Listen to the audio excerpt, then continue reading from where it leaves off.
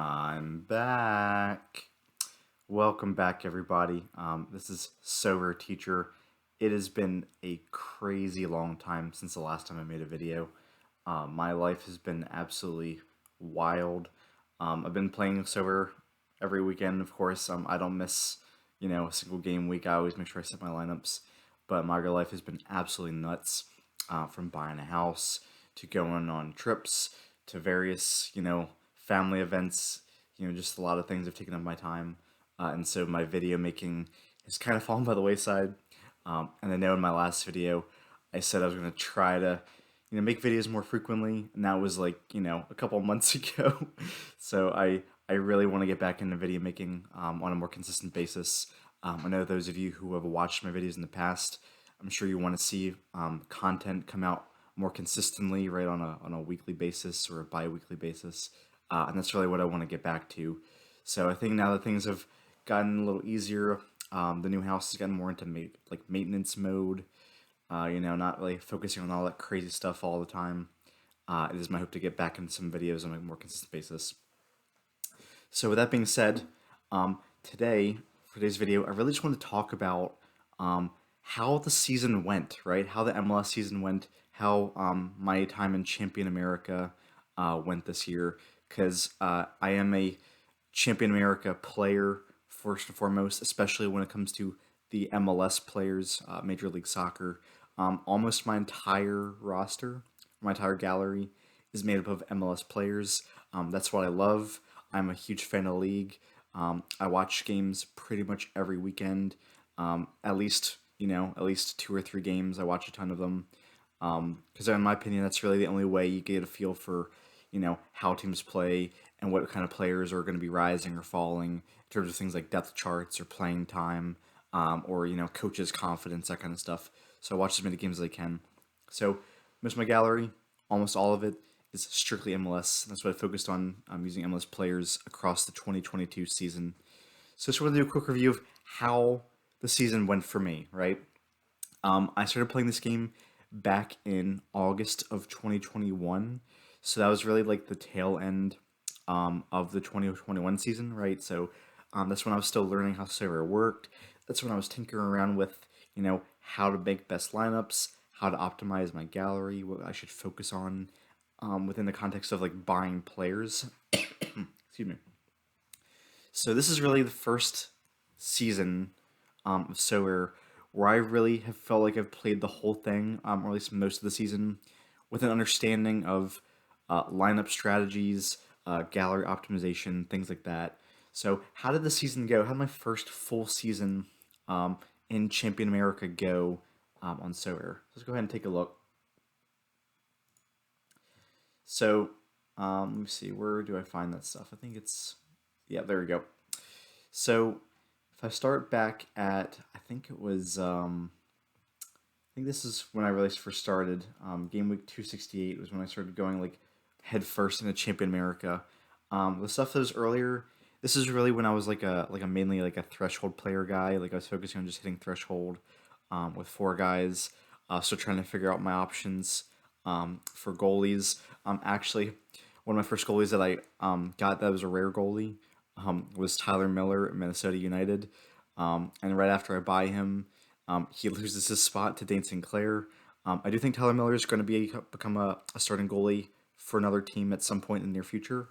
I know his contract is up this December. Minnesota do have a 1 year option on him.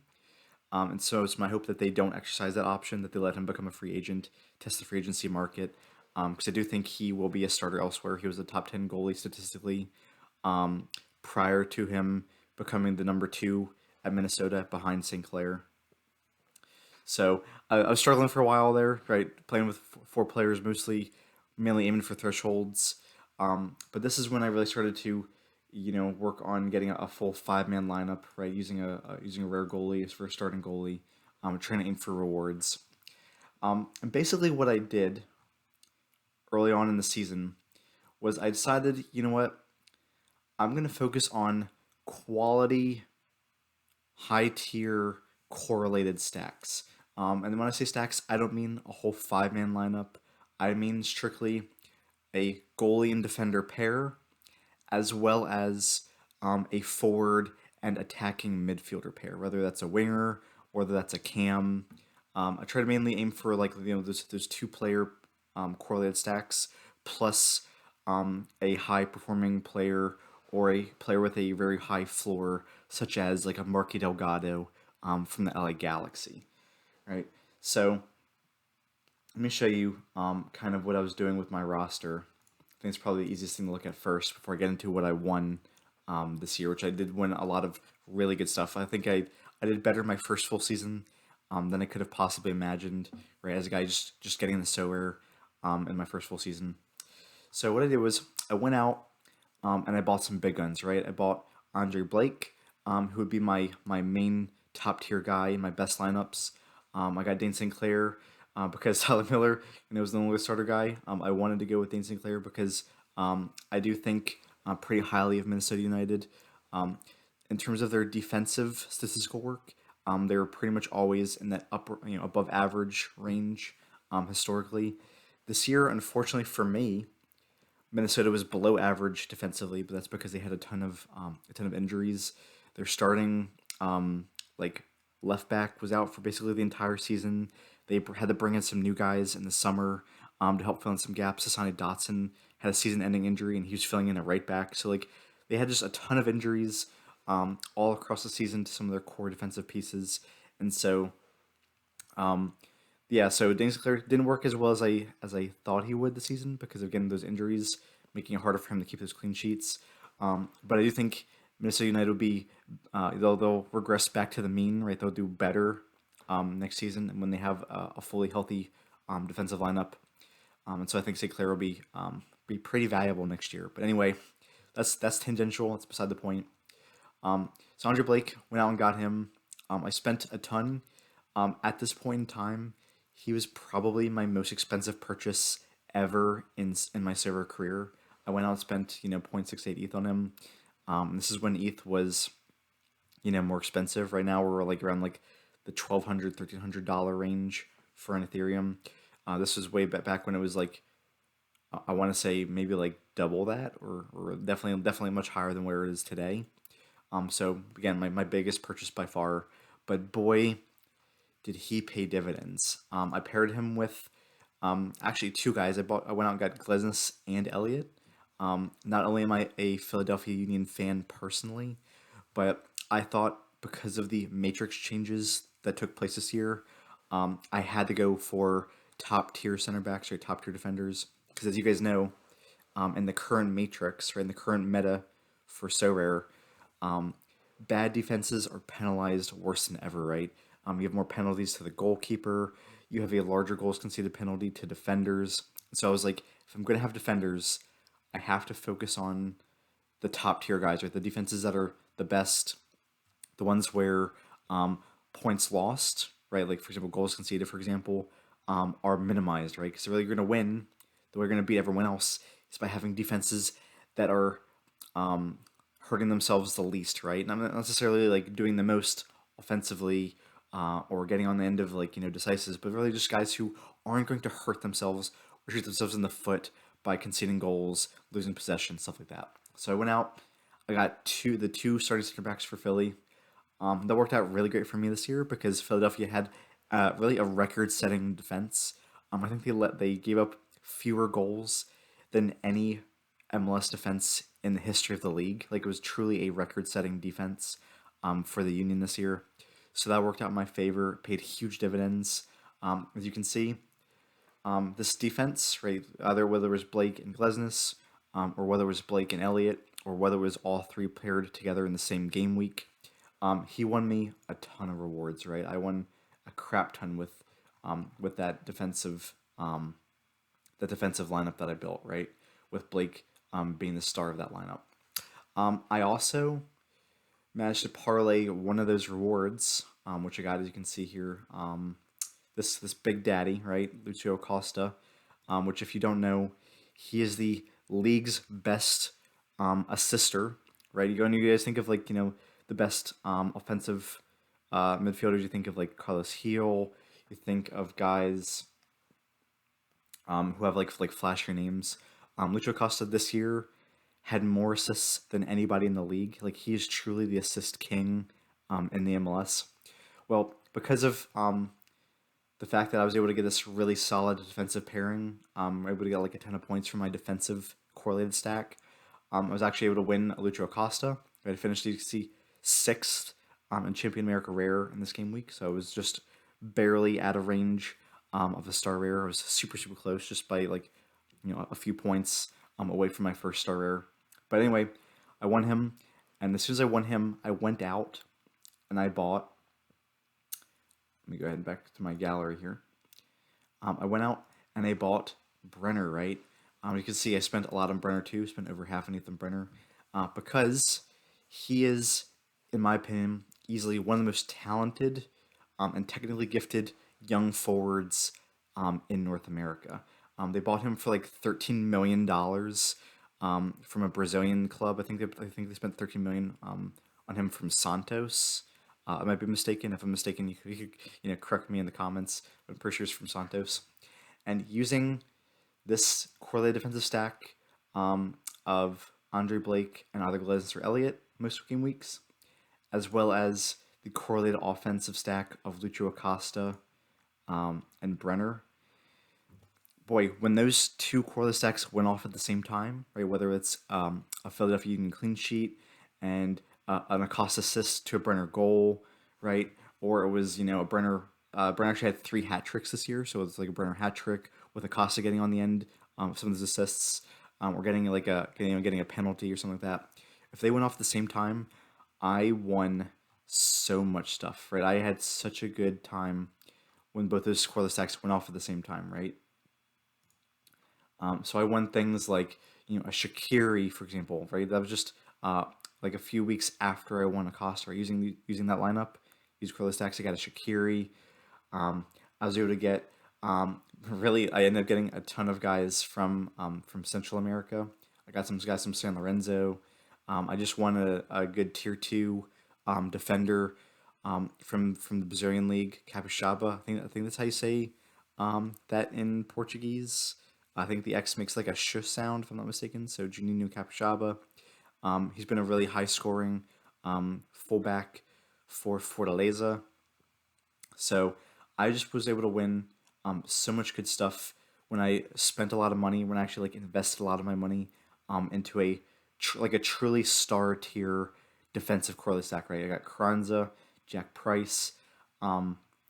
I got some really good high quality guys from just truly investing money in places that matter in the context of the current meta. Right, current meta, only the top tier defenses are truly like worth investing in. So because of that, I won some truly amazing stuff. I'd say in all, like, I think they even give me the metric if I'm not mistaken. It might be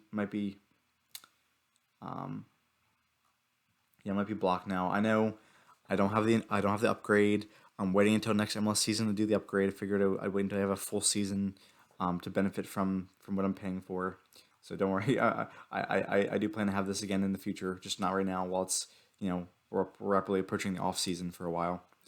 But I'm pretty sure I won like at least a couple ETH worth of rewards, and that doesn't include all the threshold payments that I was getting too. So on top of the threshold that I was earning, pretty much on a weekly basis, because there were very few weeks where I actually missed out on threshold. I won threshold almost every week.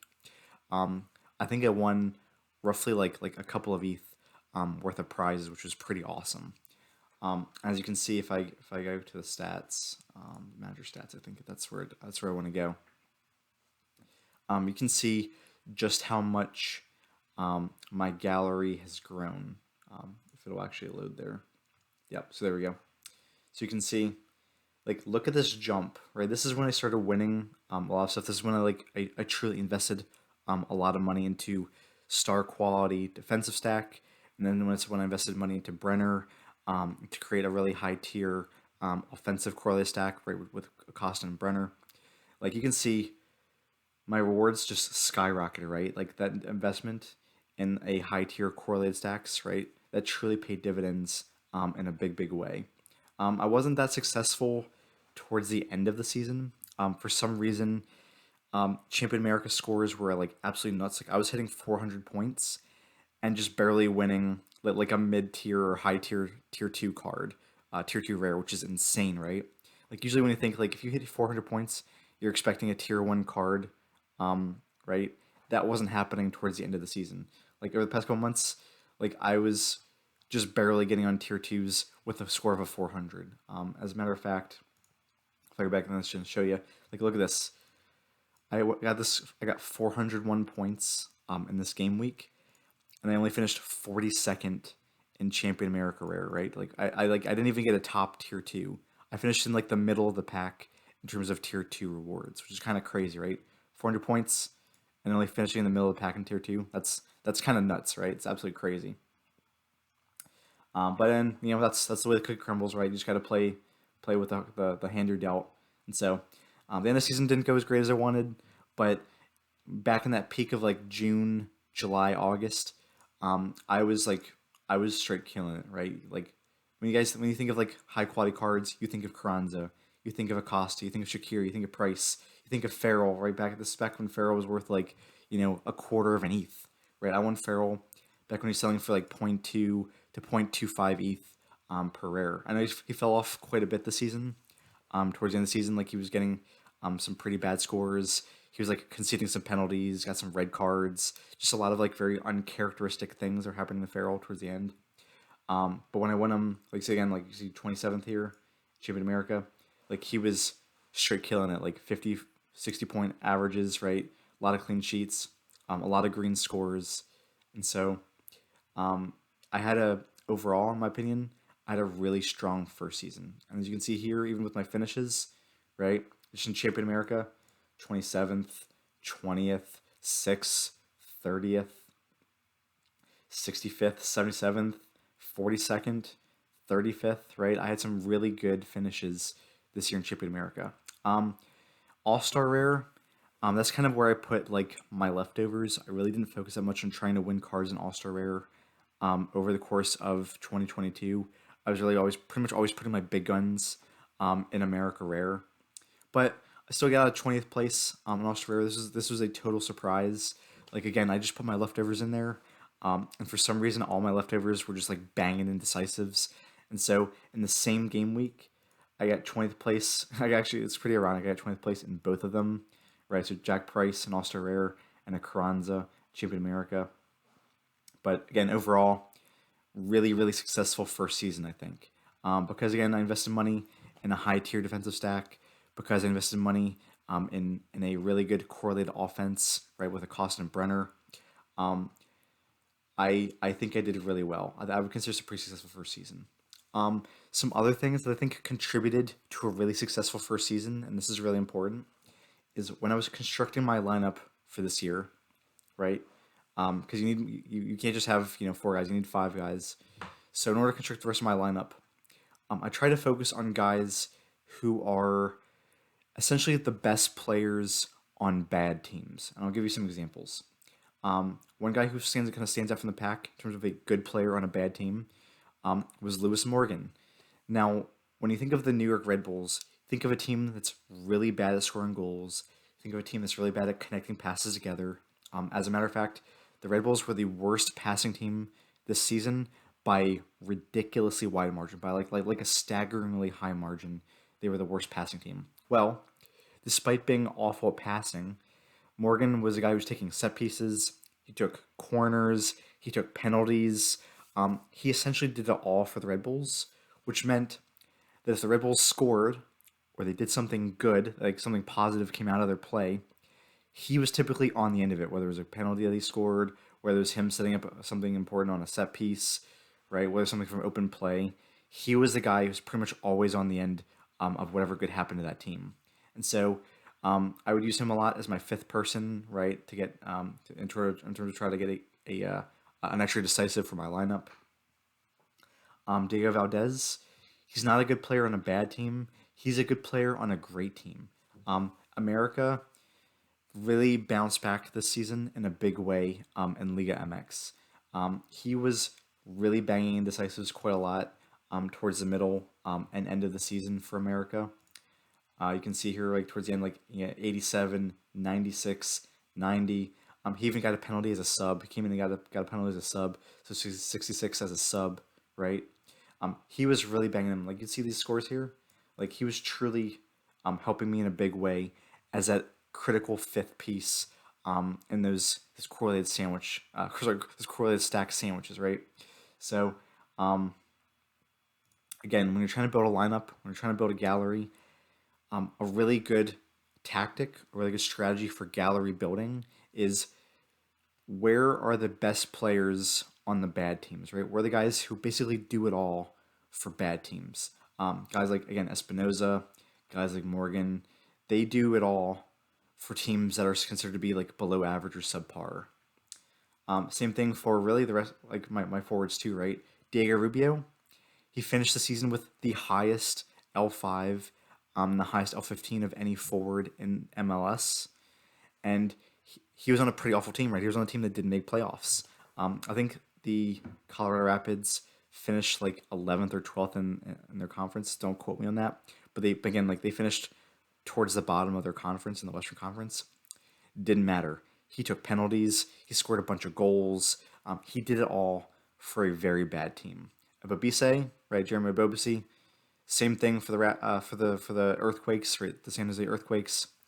Earthquakes again didn't make playoffs, finished toward the bottom of their conference. But again, when you're playing Sorare, the quality of the team doesn't necessarily have to dictate who you buy, right? If you buy the best player on a bad team, that can be just as good as a good player on a great team, right? Because Obusi's he's the guy scoring all the goals. He's the guy, taking the occasional penalty, right? If you get the best players on bad teams, they can still be almost as good as getting good players on great teams, right? Like they can still do just as well as a good player on a great team, right? So anyway, I'm probably gonna make another video later down the road, maybe within the next couple of weeks, on my plan for the off season as well as the 2023 season. I think I had so much success in this current season that I've got a lot of good advice, and I got a lot of good strategizing that you can do personally when you're getting ready for the 2023 MLS season. So if you want to see anything particular, if you have any questions about what I did this season to be as successful as I was, because again, I won a lot, right? A lot of really good finishes, 27th, 20th, 6th, 30th, etc. Leave some comments. I'll try to take a look at your questions. I'll get back to you and reply. But yeah, again, that's my plan for next time. I think I'll just talk about what is my plan for next time. What am I going to do in the off season? How am I going to reconstruct or mold my gallery to be even more successful in the spring? And I will see you next time on my channel, Sorare Teacher. All right, see everybody. Thanks for tuning in.